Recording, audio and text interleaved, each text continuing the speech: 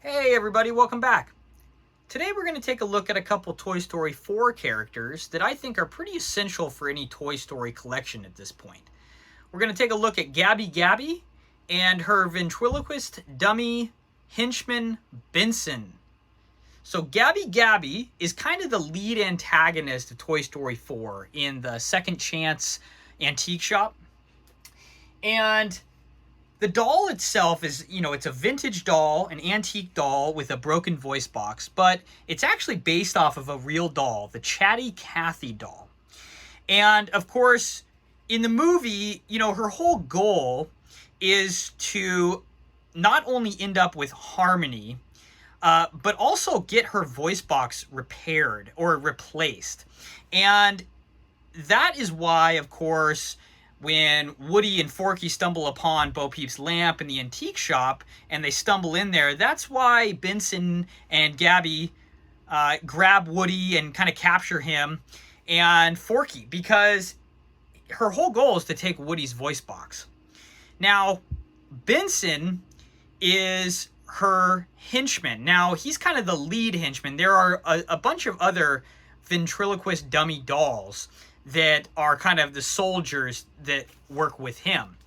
Now, Benson's a very interesting character because he's a dummy made for ventriloquists. He can't actually speak without someone else speaking through him.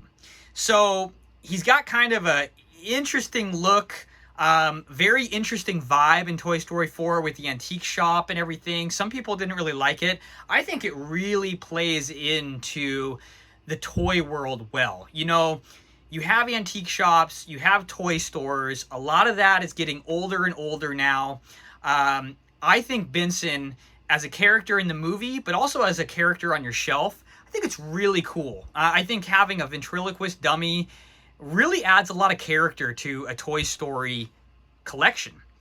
And Benson as well is actually based on a real toy. He's actually based on the 1950s Paul Winchell Jerry Mahoney ventriloquist doll. So it was actually a very famous toy back in the 1950s. Again, most Toy Story toys are based on real items in the world. So kind of cool. We have, again, a great actress playing Gabby Gabby. I think she just blows it out of the park. We got Christina Hendricks. She's actually most famous from being in Mad Men, that very famous TV show. And yeah, I think she's just great. I think the difference between Gabby Gabby and, Lotso and Stinky Pete is she's not really inherently evil. She has some underlying reasons. She's in this antique shop. She's an antique doll. She wants to be with Harmony, which I find kind of funny because it's kind of a play on words. Harmony being this girl that she wants to end up with, kind of a metaphor for Gabby Gabby herself, finding Harmony. And of course, Harmony's not into her because her voice box is broken. And she ends up with that girl that's lost at the carnival. And you can tell at that moment in the movie, Gabby Gabby is not evil. She just wants to be played with. She just wants a girl to own her and, enjoy her as a toy. And I think Benson is also, he's looked at as evil as well. And I don't think he's evil either. He is just kind of doing the bidding of Gabby Gabby, and it kind of plays into that whole ventriloquist dummy thing because, he doesn't have really a say for himself. Things are projected through him, and that's what he acts upon, just like when a ventriloquist speaks through him. I think these are really kind of bigger ideas when you start looking at them than what we're really seeing at the surface in Toy Story 4. And just another reason I think the movie is, kind of underrated, frankly. I think on the rewatches, we understand how great of a film it really is. Now, the toys themselves are really well done, actually. The Gabby Gabby, now, and keep in mind, this Gabby Gabby is actually getting rarer by the day. Sometimes it seems like there's a bunch available, and then it'll seem like they've just disappeared. I actually got both of these from a single seller on eBay. And as you can see, this is a really well done figure. The hair is actually kind of a gummy, softer rubber, and it adds a ton of weight. I think you can tell it's a little top heavy. I will say these figures are a little topsy-turvy. You got to make sure you really got them, standing well, because as you can see, her feet are a little, cockeyed. So you just got to really make sure that, the hips and everything are adjusted to make sure that they don't fall over. But as you can see, this is a really well done likeness. I think the face is excellent. I think the eyes are phenomenal. The dress, again, is kind of a softer piece of rubber. She's even got the little pull tab there. The arms are very doll-like, just like in the movie. No articulation other than the wrists and the shoulders, which I like. I don't want elbows or anything like that. I think the arms look really good. I think the little socks with those shoes as well. Again, extremely screen accurate, very simple as well.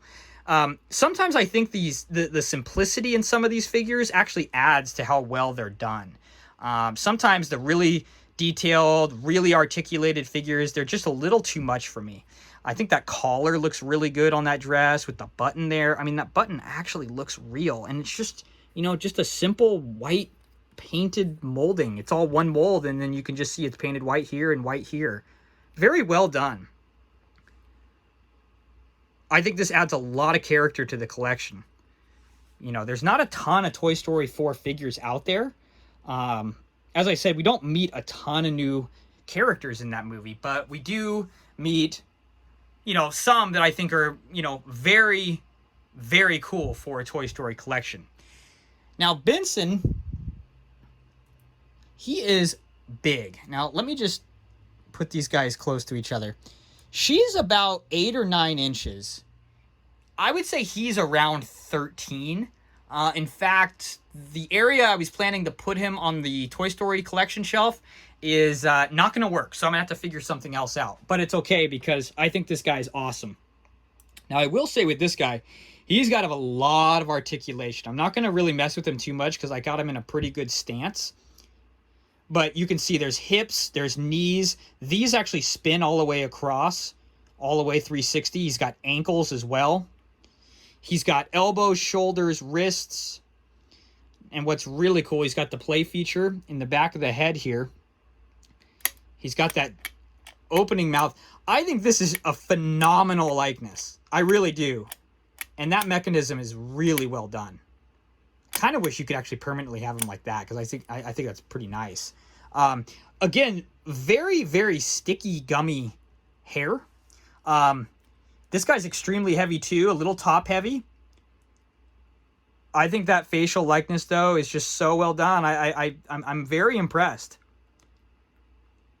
A little bit of, be careful with these, because when I bought this, I always wash everything with like Clorox wipes off eBay. Sometimes things will melt, and this paint on just his tie, his bow tie, melted. But you know what? I actually think it adds a little bit of character. Again, these are antique toys. I'm not really too upset about it. I did notice that, it wasn't from me, but there's a little bit of a broken piece of the leg. It really doesn't bother me. It's totally fine. I got these for both $20 a piece. You can only get Benson in a 2-pack with Woody. Amazon has them for about $70. I think it's a great set. It comes with a little antique shop box. If you're into collecting and you want to keep it in the box, I think that's a really cool way to go. I don't really have any more room for boxes in the Toy Story area, so I wanted him loose. And to get both of these guys for the price of, half of just the Benson and Woody set, I think I scored. I think this is a great way to go. On top of that, I think the Woody that comes with Benson is okay. It does have kind of a cool scared face with Benson, but I didn't really... One, I have too many Woodies already, and two, I didn't really want a scared Woody. I want a nicer vibe in the, Toy Story area. So, I think just having the loose Benson is phenomenal. And you cannot have a Gabby Gabby or just a Benson alone. You got to have them together, and that's why I figured we'd look at both of them today. So, as you can see, they both look phenomenal. They're big figures. They are not movie scale, but... And they're also a little big for that 7-inch scale that we've talked about, that is so popular in like the Toy Story 3 realm. But I think it's fine. I think it's fine. You know, Gabby Gabby is kind of a bigger doll in the movie, so, you know, she'll work with the 7-inch scale, but this will not work with the movie size scale. As you can see, the Woody right behind her, that's a movie accurate Woody. He's much taller than her, which I don't believe is completely accurate. And Benson, you know, in the movie is, of course, you know, pretty tall, you know, about 3 feet. He's a ventriloquist dummy. So this 13-inch, although it is very large, it is also out of scale. It's more along the lines of that 7-inch scale, but also not exactly in line. But I'm really not too worried about it. I think these are total winners. I really recommend them. Tomorrow we're going to look at a couple more Toy Story 4 characters. I wish they made more from the movie. I think I've got actually pretty much all of them that are available. So we're going to start looking at more Toy Story 4. We're still going to take a look at more Toy Story 3 Bonnie toys.